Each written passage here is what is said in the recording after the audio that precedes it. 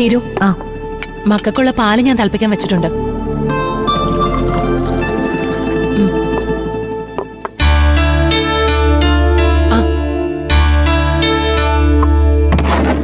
രഘുവേട്ടനാകെ ക്ഷീണിച്ചല്ലോ. രഘുവേട്ടന് ചായ മറ്റോ വേണോ? വേണ്ടനോ, ഒന്നും വേണ്ട. പിന്നെ അനു ഇന്ദ്രൻ ഓഫീസിൽ വന്നിരുന്നു. ഗാർമെന്റ്സ് തുടങ്ങുന്ന കാര്യം ഞാൻ അവനെ അറിയിച്ചിരുന്നല്ലോ. ഒരു ദിവസം അതുവഴി വരാമെന്നും പറഞ്ഞിരുന്നു. പക്ഷേ ഇന്ന് അവൻ വന്ന് സംസാരിച്ചപ്പോൾ ചെറിയൊരു വിഷമം തോന്നി. അതെന്താ, പുള്ളി വല്ല കഥയും പറഞ്ഞോ? ഇന്ദ്രന് നാളെ കോടതിയിൽ വെച്ച് അനുവിനെ പിരിയുന്നതിന് നല്ല വിഷമമുണ്ട്.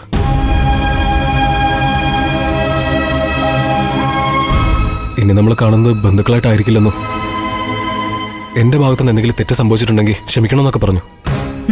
ഇതൊക്കെ പറയാനാണ് ഇന്ദ്രൻ അവിടേക്ക് വന്നത്. അല്ല, ഇതൊക്കെ ഇപ്പൊ പറഞ്ഞിട്ട് എന്താ കാര്യം?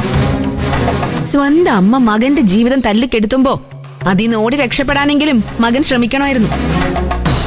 അതൊന്നും ചെയ്യാതെ ഭാര്യ മകനെ മറന്ന് അമ്മയെ ജയിപ്പിച്ചിട്ട് ഇപ്പൊ തോറ്റുപോയിന്ന് പറഞ്ഞ് മുതലക്കണ്ണീര് ഒലിപ്പിച്ചിട്ടൊന്നും ഒരു കാര്യമില്ല. മതി അമ്പിളി, ഒന്നും നിന്റെ അവസാനമല്ല.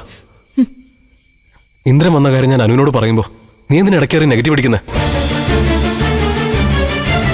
അതെ, അമ്പിളി ചേച്ചി അങ്ങനെയൊക്കെ പറഞ്ഞപ്പോഴാ അനു ചേച്ചിക്ക് കൂടുതൽ വിഷമായത്. ഏയ്, എനിക്കെന്ത് വിഷമം?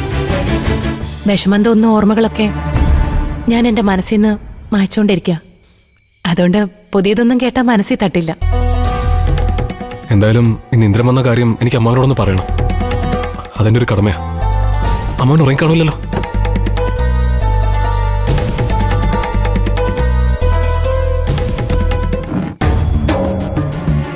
അമ്മാവ, ഞാൻ കേട്ടു. ഇന്ദ്രൻ നിന്നെ കാണാമെന്ന കാര്യമല്ലേ? എനിക്ക് കേൾക്കണ്ട. ഇന്ദ്രനെയും അവന്റെ അമ്മയും ഞാൻ നേരിൽ കണ്ടിരുന്നു. ആ സ്ത്രീ പറയേണ്ടതെല്ലാം എന്നോട് പറയുകയും ചെയ്തു. അതിനെല്ലാം ഇന്ദ്രൻ സാക്ഷിയുമായിരുന്നു. പിന്നെ അവൻ നിന്നോട് പറഞ്ഞ കാര്യങ്ങൾ ഞാൻ എന്തിനാ അത് കേൾക്കുന്നത്? ആ അധ്യായം നാളത്തോടെ മടക്കി വെക്കാം. അല്ല, ഇന്ദ്രൻ അമ്മാവനെ കണ്ട കാര്യം അവൻ എന്നോട് പറഞ്ഞില്ല. അവരെന്താ അമ്മാവനോട് പറഞ്ഞ? അതൊക്കെ ഇനി പറഞ്ഞിട്ട് എന്താ കാര്യം? കഴിഞ്ഞതൊക്കെ കഴിഞ്ഞു. ഞാൻ കിടക്കാൻ പോവാ.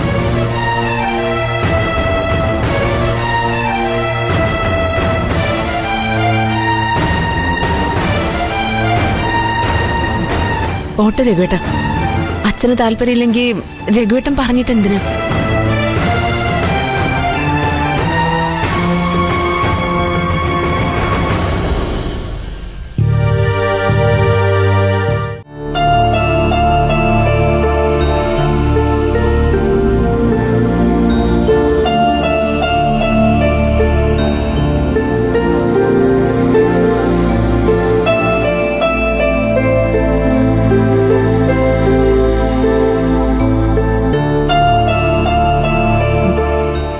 സുശീല ആന്റി അച്ഛനോട് മോശമായിട്ട് എന്തെങ്കിലും പറഞ്ഞു കാണും.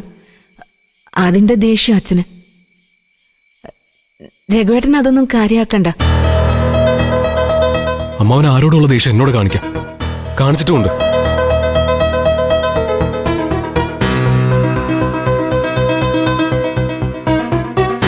പണ്ട് കുട്ടിക്കാലത്ത് നിങ്ങൾ ആരെങ്കിലും വികൃതി കാണിച്ച് വീണ അമ്മാവൻ എന്നെ പിടിച്ച് തല്ലുമായിരുന്നു.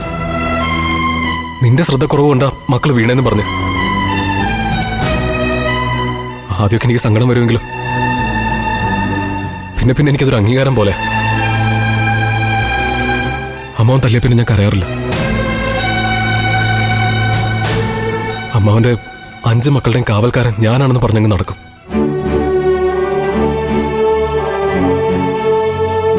ഇപ്പോഴും അമ്മാവൻ എന്നെ തല്ലിയ എനിക്ക് സങ്കടമില്ല അമ്പിളി. പക്ഷെ പഴയതെല്ലാം മറന്ന് അമ്മാവൻ എന്നെങ്ങനെ മാറ്റി നിർത്തുന്നേ എനിക്ക് സഹിക്കാൻ പറ്റില്ല. കണ്ടില്ലേ ചീരു, രഘുവേട്ടന്റെ സങ്കടം നീ കണ്ടില്ലേ? നമ്മുടെ അച്ഛൻ എന്താ ഇത് മനസ്സിലാക്കാത്ത? രഘുവേട്ട, കുറച്ചു ദിവസം രഘുവേട്ടനൊന്ന് ക്ഷമിക്കും. അച്ഛന് നിങ്ങളോടുള്ള പ്രശ്നം മാത്രമല്ല, അനുചേച്ചി ഇന്ദ്രേട്ടനും നാളെ ഡിവോഴ്സ് ആവാൻ പോകുന്നതിന്റെ മനപ്രയാസം കൂടിയുണ്ട്. നാളെ ആ കാര്യത്തിലൊരു തീരുമാനമാവുന്നതോടെ അച്ഛന്റെ മനസ്സൊന്ന് ശാന്തമാവും.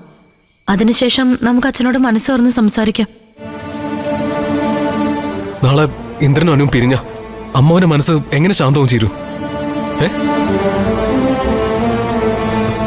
അവരുടെ കാര്യത്തിൽ പോസിറ്റീവായി എന്തെങ്കിലും ഒരു തീരുമാനം എടുക്കാൻ പറ്റുമെന്ന് അറിയാനാ ഇന്ദ്രൻ എന്നെ ഒന്ന് കണ്ട കാര്യം ഞാൻ അമ്മാവനോട് പറഞ്ഞത്. അതിൽ നിന്ന് പോലും അമ്മാവൻ മോഹം തിരിച്ച് കളഞ്ഞാ പിന്നെ ഞാൻ എന്താ ചെയ്തു കരുതണ്ടേ? ഒന്നും ഇപ്പൊ കരുതണ്ട. രഘുവേട്ടൻ അച്ഛനെ ഞങ്ങളെ ഓർത്ത് കുറച്ചുകൂടി ക്ഷമ കാണിക്കണം. രഘുവേട്ടൻ ഉഴപ്പി നടന്ന കാലത്ത് രഘുവേട്ടന്റെ എന്തൊക്കെ തെറ്റുകള് അച്ഛൻ ക്ഷമിച്ചിരിക്കുന്നു. രഘുവേട്ടൻ ഉണ്ടാക്കിയ കുഴപ്പങ്ങളെല്ലാം തീർക്കാനും രഘുവേട്ടനെ കേസുകളിൽ നിന്ന് രക്ഷിക്കാനും ഒക്കെ അച്ഛൻ ആരുടെയൊക്കെ കാല് പിടിച്ചിട്ടുണ്ട്. ആ അച്ഛൻ കുറച്ചുനാളൊന്ന് പരിഭവിച്ചു നിൽക്കുന്നത് രഘുവേട്ടന് ക്ഷമിച്ചൂടെ? എന്റെ ചീരു, അമ്മാവൻ എന്നോട് അകൽച്ച കാണിക്കുന്നതിൽ എനിക്ക് അദ്ദേഹത്തോട് ദേഷ്യമല്ല, സങ്കടം എനിക്ക്. അങ്ങനെ സങ്കടപ്പെടേണ്ട കാര്യമില്ലെന്നാ രഘുവേട്ടൻ ഞാൻ പറയുന്നത്.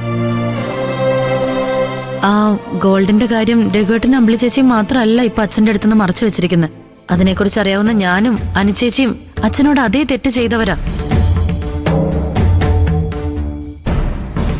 അതെ രഘുവേട്ടൻ ഇങ്ങനെ തളർന്ന് അത് എല്ലാരെയും ബാധിക്കും. ദയവേത് രഘുവേട്ടൻ അതൊന്നും മനസ്സിലാക്കും. തൽക്കാലം അത് മനസ്സിൽ നിന്ന് കള രഘുവേട്ട. എന്നിട്ട് ഫ്രഷ് ആയിട്ട് വന്ന് ആഹാരം കഴിക്കും. ഞാൻ ഫുഡ് എടുത്തു വെക്കാൻ പോവാണേ, വേഗം വന്ന് കഴിച്ചോണം കേട്ടോ. നീ ചെല്ലു ചിരു, ഞാൻ വന്നോളാം. ചേച്ചി താമസിയാതെ രഘുവേട്ടനെ വിളിച്ചോണ്ട് വരണേ.